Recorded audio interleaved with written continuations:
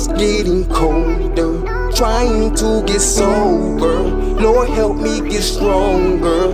World is on my shoulders. What you doing today? This is the 12 of 12 podcast, the podcast about real life recovery, growth and development, redemption, because that's what this is about. And if you have not yet subscribed to the channel, do me a favor, tap the subscribe button and share for more. Also, if you have any problem with substance abuse disorder, severe mental illness, or if you know somebody, don't hesitate to holler out our sponsors, First Step Recovery. You'll see the numbers up top. Make sure to holler at them. They'll help you out, and share it with a friend so you can help them out. Save a life. We have a special guest today, Michaela. Hello. How you doing today? I'm good. How are you? Hey, blessed one the best. Try not to be stressed. So, tell me a little bit about yourself. Where you from? So I was born in Lexington. I've pretty much been back and forth between here and there my whole life. Louisville is really considered my home. I like to say I got the best of both worlds, you know, out there in the rural Lexington, well, outskirts of Lexington rather, and then city life here in Louisville. You kind of just, you know, you're just a little more seasoned, I guess. I don't know.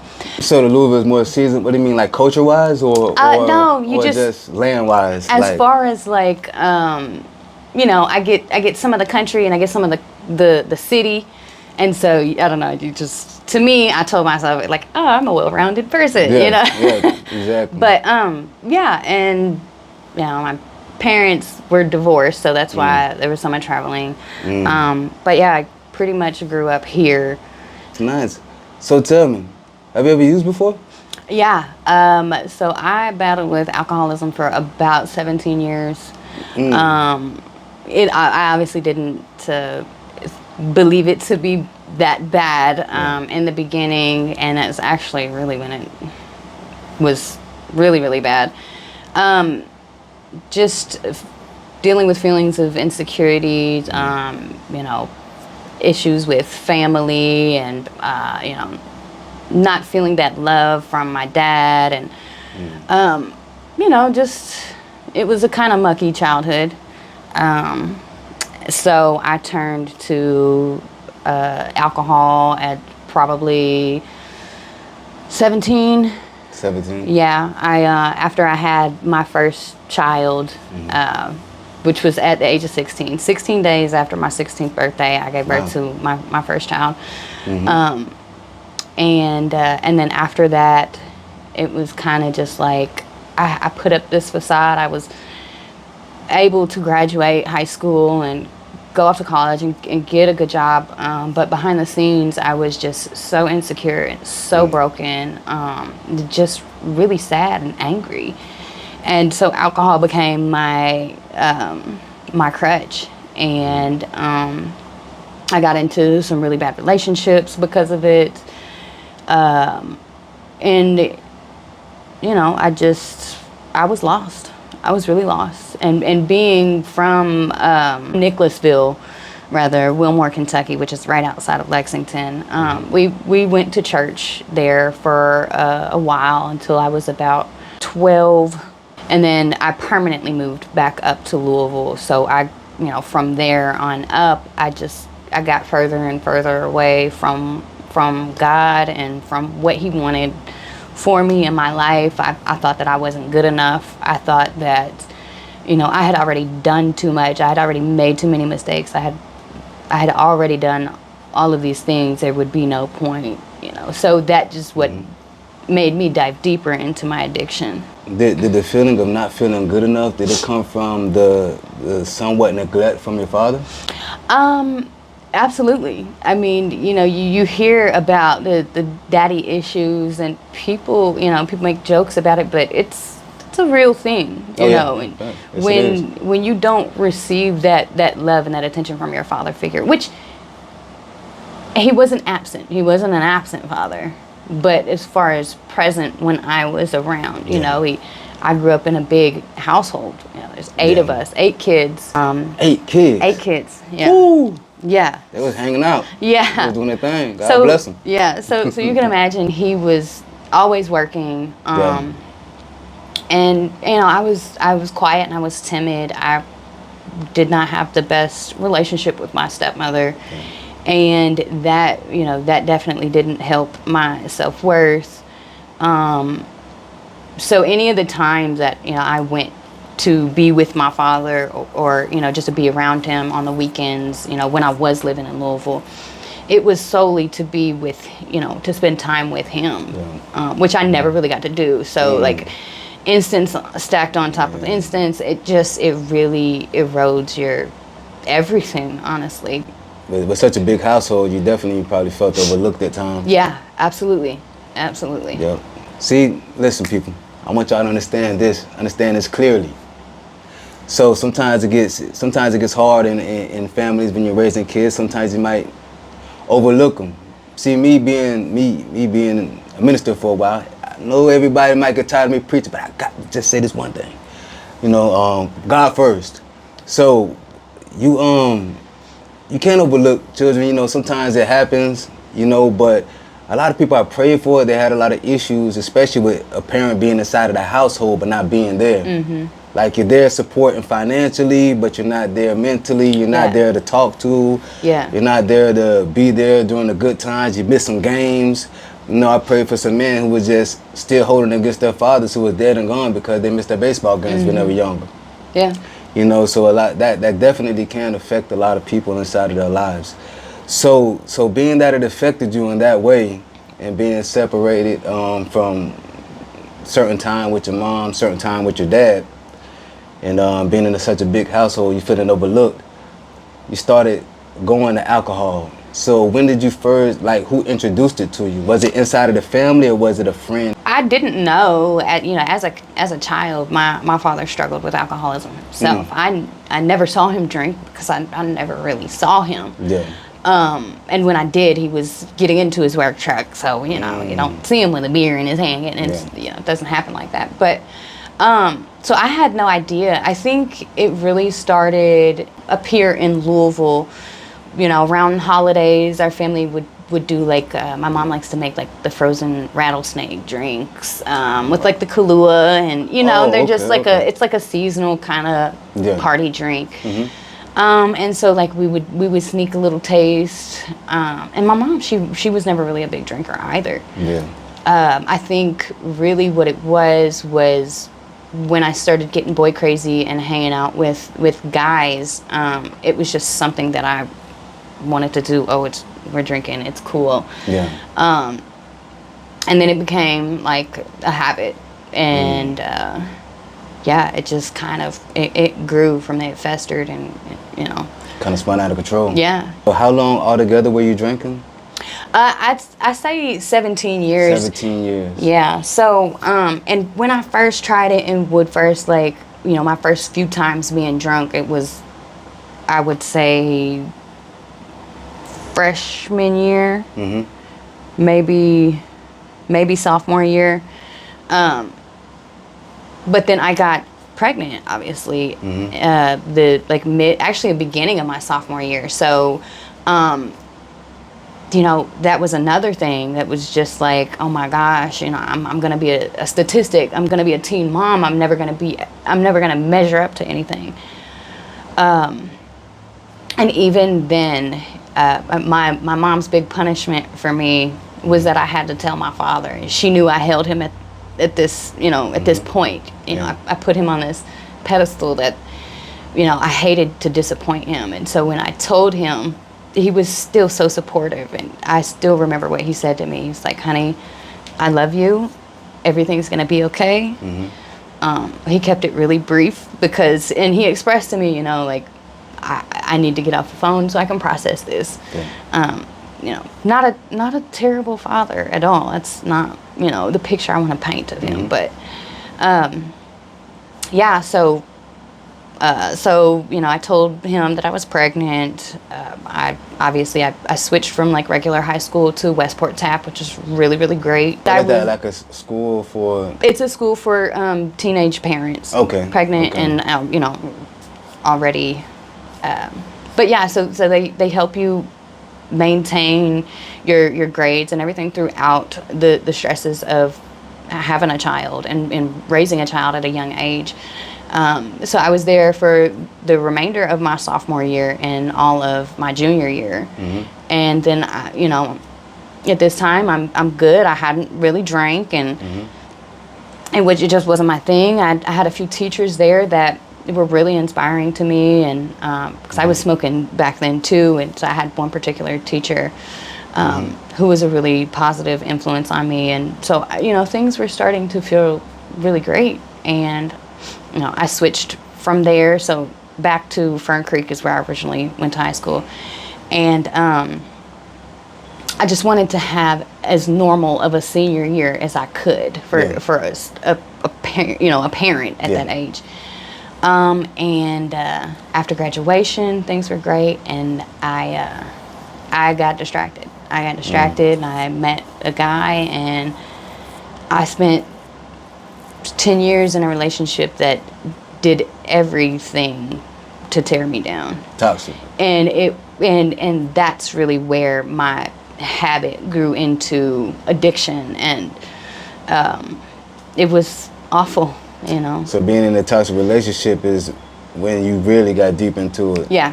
That's when I knew somebody before who was in an abusive relationship, and they turned to alcohol to really just numb the pain, numb the problems. Yeah. And then the alcohol stops being that crutch, and it starts taking over. Yep. Spirits for a reason, people. Spirits for a reason. Now, when did you start realizing that it was actually a problem in your life? Really, if I'm being honest, not until last year. Not until last year. Because I had my fair share of starting whatever toxic fights, we had in that relationship. And I ended up having a child by him. So I have 2 boys now. But I was what you would call a functioning addict. I got up and I worked, and I worked hard in whatever I do. I work hard, and that became like I deserve this drink. I worked hard today. I worked hard this week. I deserve this drink. And from there it went, I'm mad, I need a drink. I'm sad, I need a drink. I'm happy, I need a drink. Yeah. Anything. Everything. You need a Stress. drink for everything. I know. Trust me, I did it. Hey, man, get off of work. Yep. Feel the pain in the ankle. Oh man, my back hurt. I need a drink. Straight to the liquor store. It's crazy. Yeah, and so, I was a functioning alcoholic, and I still graduated college. I was still holding down jobs and like positions of a lead position or this or that, but nobody really knew exactly how bad I was. Yeah. And it came to a point last year, July 1st last year. I had been up all night, Sunday night partying, drinking, smoking weed, doing coke. And I was running late for work. I looked at the time, and I have to be there at 7. So I'm rushing. I don't recall getting ready. I don't recall getting in my car, leaving, getting onto the expressway, but I had a really bad accident, and I rolled my car 3 times on the expressway. And I want to say I very vaguely remember coming to when they were pulling me out of the car, and then I was blank again. And by the grace of God, and I don't know why this even happened, but nothing of my toxicology report was in the police report. So I'm paying the fine for the damage that I caused, but I never was cited for being under the influence. I was never imprisoned for it. There are things that should have happened. But I fractured my C7 vertebrae, so that put me on disability for 3 months. Wow. And you would think that's the rock bottom, right? No. No. That led me, that gave me more time to drink. It gave me more, and I was getting disability. So. Oh dang, you did. You was just going. You kept going. I kept going. Jeez. I kept going, and had a grip on you. Yeah, it did. It did. Yeah. It did. I would try to get away from the house so people wouldn't see me doing this, or, I would hang out with friends that I knew would be drinking because that's what I wanted to do. So, probably about halfway through that 3-month period, I was drinking one night, and I was just so distraught and so upset at myself. And asking God, well, like, why do I have to go through this? And I wanted to feel something. Yeah. And so I started cutting myself. And I woke up the next day with these gashes on my arm, you know. My kids are seeing this, and it's embarrassing. I felt so stupid. I felt like the worst. You know, I don't deserve my kids. They don't deserve to see this. They don't deserve to have this kind of example on them. Yeah. And that was my rock bottom. Because I can lie to my younger one and tell him, oh, the cat scratched me. But my oldest one, you know, he grew up with me. He saw a lot of the things that, you know, I had to go through, and then a lot of things that I put myself and him through. Yeah. So I couldn't lie to him. And it just, it was like, okay, enough is enough. So I started following some recovery pages, and I saw something about a center out in California. And because of where I was, my household, you know, we're all alcoholics. We were all drinking heavily, smoking, doing whatever drug basically was brought in, you know. Yeah. And I knew that I had to get out of the house for anything to stick. And so September 1st of last year was my very first day, not first day sober, because I'd go, you know, 3 or 4 days without drinking. But I had never been sober an entire week for years. Wow. I mean, years. There wasn't a weekend that I didn't drink. And if by chance that did happen, I was drinking on a Tuesday night just because, you know, I haven't drank, so I'm okay. So yeah, I went out there and I was serious about it. And I'm sure people there thought, like, why is she even here? She seems like she's fine. Like, you don't need this. You weren't drinking every day to control, like, the shakes or something. It wasn't. And I mean, yeah, I guess some could say that, but I took it serious. That was the big thing. I took it serious, and I did the work. I did the work that was given out. I did. I mean, it hurt. Yeah. To face all of that ugliness, to face just every aspect about yourself that you just hate. Yeah. With everything in you, it takes a lot, and a lot of people will be like, you know what, forget this. I'm, you know, back to my vice, back to this. But I knew that I couldn't let it control me anymore. Yeah. So, yeah, so I took it serious. I did my month there, and I had someone reach out that was actually a counselor that lived in California. She had a room for rent. So I took her up on an offer. I flew back home. I packed all my stuff into a U-Haul, and I came out to California to live. And opportunities just started opening up. While I was down there the first time, I met the love of my life. I met some really great people, great counselors. So I have a support system. Yeah. I didn't have that at first. Yeah, we all supported each other when it came to what we wanted to do, but nobody, even now, you know, at home, they can't support me, and I don't expect them to do that. But I also can't be around it as often as, you know, as much as I love my family, I can't be in the same room as you and a fifth, or you in a blunt, or, you know. So I had to create that distance, and I would love to sit on here and tell everybody that September 1st is my year sober. But I came back in December because I missed my kids. You know, some unfortunate things happened. The place that I was staying out there, and it was just time for me to go. Yeah. And it was kind of hard that first month. And after that, I was like, you know what? I got this. I was afraid to go home because I was scared that I would fall right back into it. Yeah. But I held out for a really long time. And I guess, you know, exposure, and still, I'm still doing all this interpersonal work, you know, I guess that I just got tired and I wanted to enjoy myself. So July, this past July, right after the 4th, I ended up relapsing.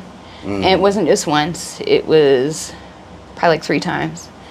And by the 3rd time, I was like, why am I doing this? I don't even enjoy it. I don't enjoy it. I don't want to do it. I don't like how it makes me feel. I don't like that it makes me miss out on life. Like, I'm an early riser now. I never used to do that. I'd wake up an hour and a half before work, get ready and go to work, and then get off and start drinking. You know, so there wasn't a whole lot of time to improve my life when I was in my active addiction. And now, you know, I love my life. And my physical circumstances have not changed one bit. I'm still around the same thing. I'm still around the same people. I am changed. I am different. And I can only attribute that to God. And you know, there's just nothing else that I can say. There's nothing else that worked for me. It wasn't a specific relationship with this person or the next. It was because he softened my heart and he searched me, and you know, and so I'm here and I'm doing things that I love. I love myself. You know, my kids are glad that I'm present. I mean, things are changing for me. Things are really, really changing. That's a blessing right there. It is. That's a blessing. It is. So you have to go through those hardships, you know, to get to the level. Sometimes it takes longer for some people. You know, sometimes it doesn't take that long for others. But each person has their own struggle. Each person has their own story. And it's just great that you're overcoming. Sometimes it might slip up. Relapses happen in recovery. It does, you know. But one thing about it, it's a very dangerous thing when you do relapse. And that's why I'd always say that, you know, a lot of these drugs is just demonic. It's evil. And then what they put in them, fentanyl is everywhere. So many times people overdose over it. It just takes one time It's scary. to go back and use it. You see it all the time. Go down the list, you'll see stories of people who OD'ing with vape pens. You know, marijuana vape pens. It's in cocaine. It's in, just recently we had Morgan's Mission on here, who was talking about how her daughter was experimenting and at 23 years old, lost her life to experimenting with cocaine. So and it's just in everything, you know, and I always go back to this. Just you know, just an example, you know. You got, in the Bible talks about Lot's wife, she looked back, she died. You look back, you could die, people. You know, you never know when it's gonna be your last time. You never know when you're gonna drink yourself to liver failure, you know, or cirrhosis or whatever it happens, you know, it happens. But it's and you've been saved. God saved you, so he has a purpose in your life. And he has a purpose in my life. He has a purpose in everybody's life out there right now. So don't think that it's the end. If you mess up, don't just give up. That's what I like to say. You mess up, don't give up. You know, get back on the horse and continue to move back forward, you know. Because God does have a purpose for your life. That's a great thing to hear. So you went back to your house, you had some triggers that happened with your family. You get around, holidays seem to be triggers for people. And summer was so rough. Because it's drinking weather. And that's what I like to call, this is drinking weather. I want to sit by a pool and drink, or, you know. It is. And it's so accessible. My vice is everywhere. I mean, everyone's vice is everywhere, but I can go and purchase it legally. I don't have to hide it. I don't need a whole lot neither, you know. A few dollars will get me a little, you know, it won't be the best liquor. But it'll be something to wait to beat with. Yeah, for sure. And that's the thing about it. It's like, it's a reason why it's on every single corner. Every corner, no matter what, it's like it's on every corner. You know, it's like it's such a dangerous thing, you know. So many bad decisions that happen with alcohol, man. I'm telling you, since I moved up here from Orlando, I feel like half the population in Kentucky is drunk how they drive. Oh my God. I'm just saying. Hey, nothing against people in Kentucky. I'm just saying. It is every day country. I almost get hit. Every day, been hit 3 times, and I was parked. Wow. Parked. Yeah. You know what I'm saying? It's crazy, you know. But okay, so you went through what you went through. You relapsed recently. So what are you doing now to continue to move forward in life? What are some of your goals, and what are you doing now to stop from possibly relapsing again? What steps are you taking? Okay, that's a good question because I couldn't wait till we got to this part. I have dove into the church face first. Okay. I don't want to have anything to do with anything that doesn't have to do with him. Amen. And it seems like, oh, it sounds cliche, but it's not. It's not. I don't have a want to listen to or watch the same things that I was before I was saved, before any of this, because now I know what he can do. I know what he has done. I know what he's, like, I don't know what he's doing now, but I know he's doing something. And, you know, I enjoy my life now. I enjoy who I am as a person. And where I was, that dark place that I was, nobody could have pulled me out of that. No medicine, no doctor or therapist. It was him. And so there's that. I wake up early. I pay attention to my body now. I want to be present with my kids. I want to, you know, and right now I'm having to sweep up the mess that I have made of my life. But even with all the challenges that comes with, I still enjoy getting up every morning because His grace is new every single day. Amen. And, you know, like I was just talking earlier, you know, I used to couldn't wait until nighttime so I could drink or smoke or, you know, go have sex or, you know, whatever. And now I can't wait for nighttime because that's when I get my personal time with God. That's when I can come to Him and say, look, I need you. I need you to help me through this. Or thank you. I see what you're doing. Thank you for touching this person's heart and softening them. And He's working in my family's lives in ways that I didn't think were possible because we were that lost. And you know, the opportunities that are coming up, it's like, you can't tell me. You cannot tell me anything different. And so, yeah, I mean, that's what I'm doing. I'm keeping my eyes on Him, keeping my ears open, and, you know, and allowing for myself to be corrected when I'm wrong, when I mess up.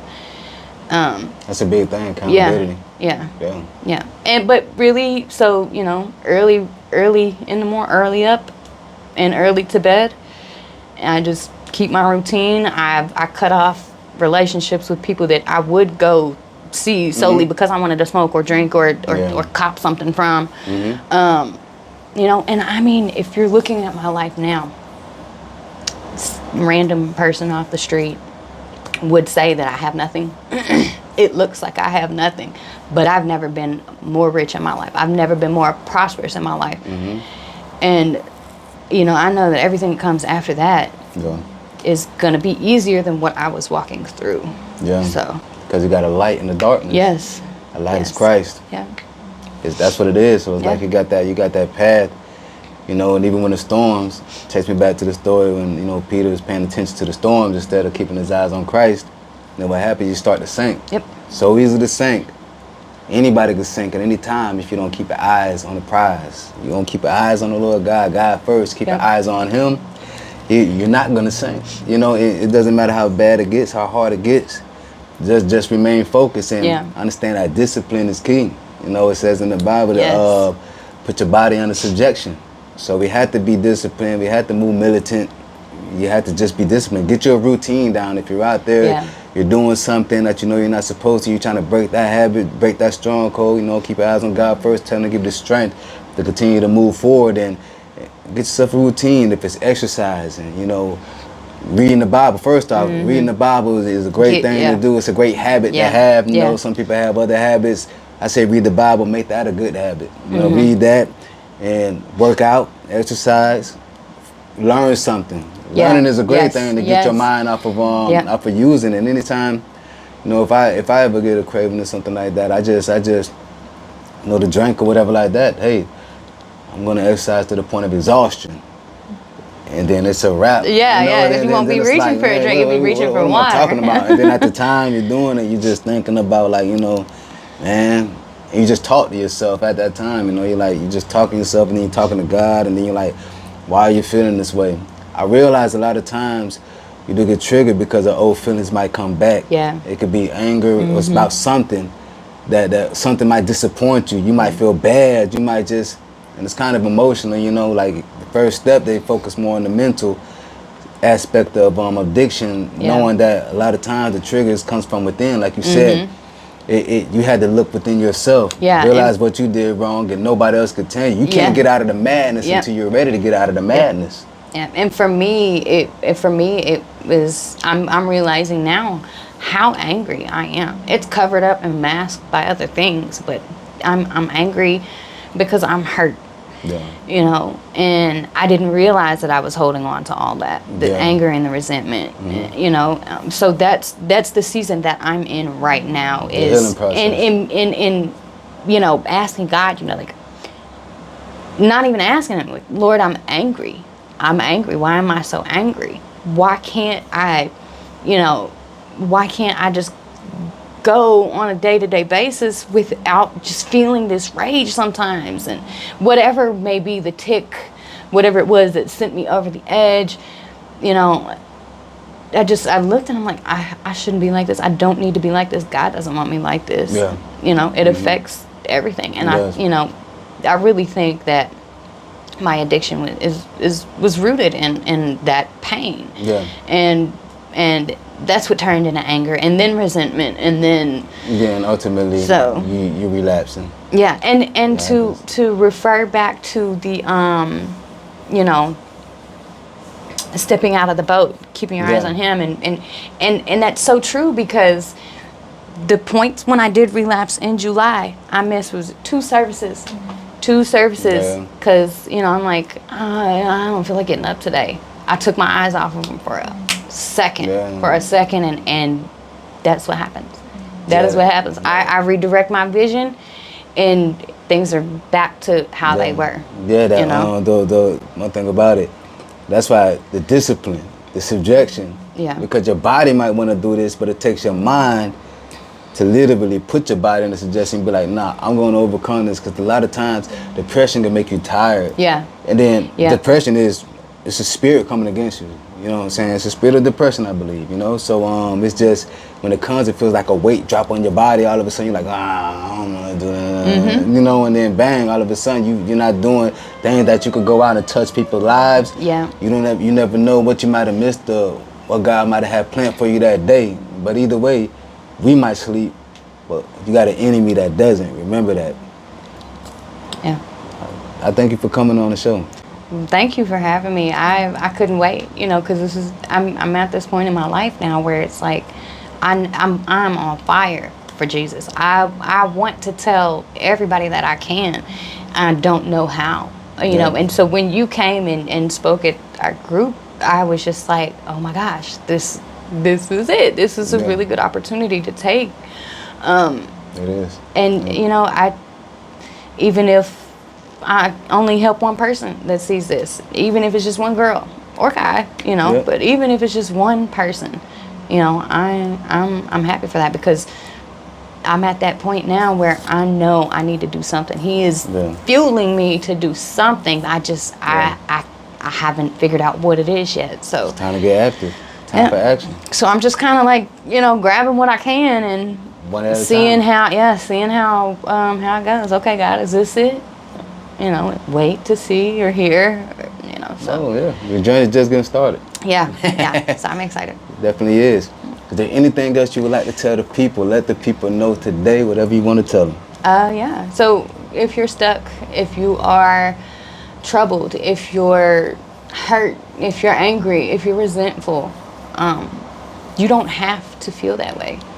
There is someone who loves you more than you have ever been loved by anyone ever. And His name is Jesus. And you can experience that. And you can begin to feel the weight lift from your shoulders. Your life will improve, I promise you. I promise. Just give it a shot, because you've tried everything else. Why not? Why not try Jesus? Amen. Amen to that. I agree 100%. You might have tried everything else. Try God. Try the Lord Christ Jesus. Try Yeshua HaMashiach. Try Him. He's there for you. Yeah. One day at a time, growth development, redemption. That's what we're here for. Keep our eyes on God. Trust me, He'll show you your purpose. And it's bigger than what you think. Love you all. Thank you for tuning in to the 12 of 12 podcast. And love you all. Have a blessed day.